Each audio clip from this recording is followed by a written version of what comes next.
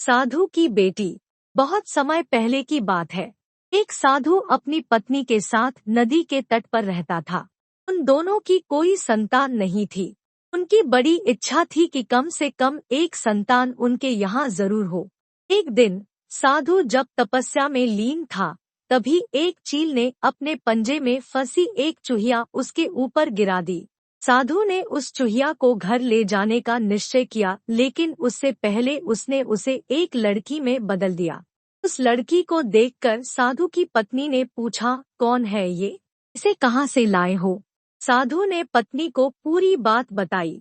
उसकी पत्नी बहुत प्रसन्न हुई और वह बोली, तुमने उसे जीवन दिया है, इसलिए तुम ही उसके पिता हुए। इस तरह मैं भी उसकी माँ हुई। हमारे यहाँ कोई संतान नहीं थी, इसलिए भगवान ने इसे हमारे पास भेजा है। जल्द ही वह बच्ची एक सुंदर युवती बन गई। जब वह 16 साल की हुई तो साधु और उसकी पत्नी ने उसका विवाह करने का निश्चय किया। साधु ने सूर्य देवता का आह्वान किया। जब सूर्य देवता उसके सामने आए तो साधु किया ने उनसे उसकी बेटी से विवाह करने का अनुरोध। हालांकि लड़की को यह विचार अच्छा नहीं लगा और उसने कह दिया, क्षमा कीजिए, लेकिन मैं सूर्य देवता से विवाह नहीं कर सकती क्योंकि वह बहुत गर्म है। निराश साधु ने सूर्य देवता से कहा कि अब वे ही उसकी लड़की के लिए कोई सुयोग्य वर सुझाए। सूर्य देवता ने कहा, बादलों के देवता से आपकी लड़की की जोड़ी सही बैठेगी क्योंकि वे ही धूप की गर्मी से उसकी रक्षा कर सकते हैं। साधु ने अब बादल देवता से उसकी लड़की से विवाह करने का अनुरोध किया। इस बार भी लड़की ने विवाह से इनकार कर दिया और बोली, मैं इस काले व्यक्ति से विवाह नहीं करूंगी। इसके अलावा बादलों की गरज से मुझे डर भी लगता है।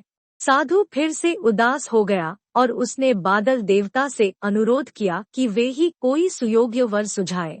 बादल देवता ने कहा, पवन देवता के साथ इसकी जोड़ी अच्छी रहेगी क्योंकि वे आसानी से मुझे उड़ा सकते हैं। साधु ने अब पवन देवता से विवाह का अनुरोध किया। इस बार भी लड़की ने विवाह से इनकार कर दिया और बोली, मैं ऐसे अस्थिर व्यक्ति से विवाह नहीं कर सकती जो हर समय यहाँ वहाँ उड़ता रहता हो। साधु काफी परेशान हो गया। साधु ने पवन देवता से ही कोई सुयोग्य वर सुझाने को कहा। पवन देव ने जवाब दिया, पर्वतों के राजा बहुत मजबूत और स्थिर है। वे बहती हुई हवा को भी आसानी से रोक सकते हैं। उनसे आपकी लड़की की जोड़ी सही बैठेगी। साधु अब पर्वतराज के पास गया और उससे उसकी लड़की के साथ विवाह करने का अनुरोध किया। हालांकि इस बार भी लड़की ने विवाह करने से इनकार कर दिया और कहा, मैं ऐसे किसी व्यक्ति से विवाह नहीं कर सकती जो इतना कठोर और ठंडा हो। लड़की ने साधु से किसी नर्म वर को खोजने को कहा। साधु ने पर्वतराज से सलाह मांगी। पर्वतराज ने जवाब दिया, किसी चूहे के साथ ही आपकी लड़की की जोड़ी अच्छी रहेगी क्योंकि वह नर्म भी है और आसानी से किसी पर्वत में भी बिल बना सकता है। इस बार लड़की को वर पसंद आ गया। साधु काफी हैरान हुआ और बोला, भाग्य का खेल कितना निराला है। तुम मेरे पास एक चूहिया के रूप में आई थी और मैंने ही तुम्हें लड़की का रूप दिया था। चूहिया के रूप में जन्म लेने के कारण तुम्हारे भाग्य में चूहे से ही विवाह करना लिखा था और वही हुआ। भाग्य में जो लिखा था वही हुआ।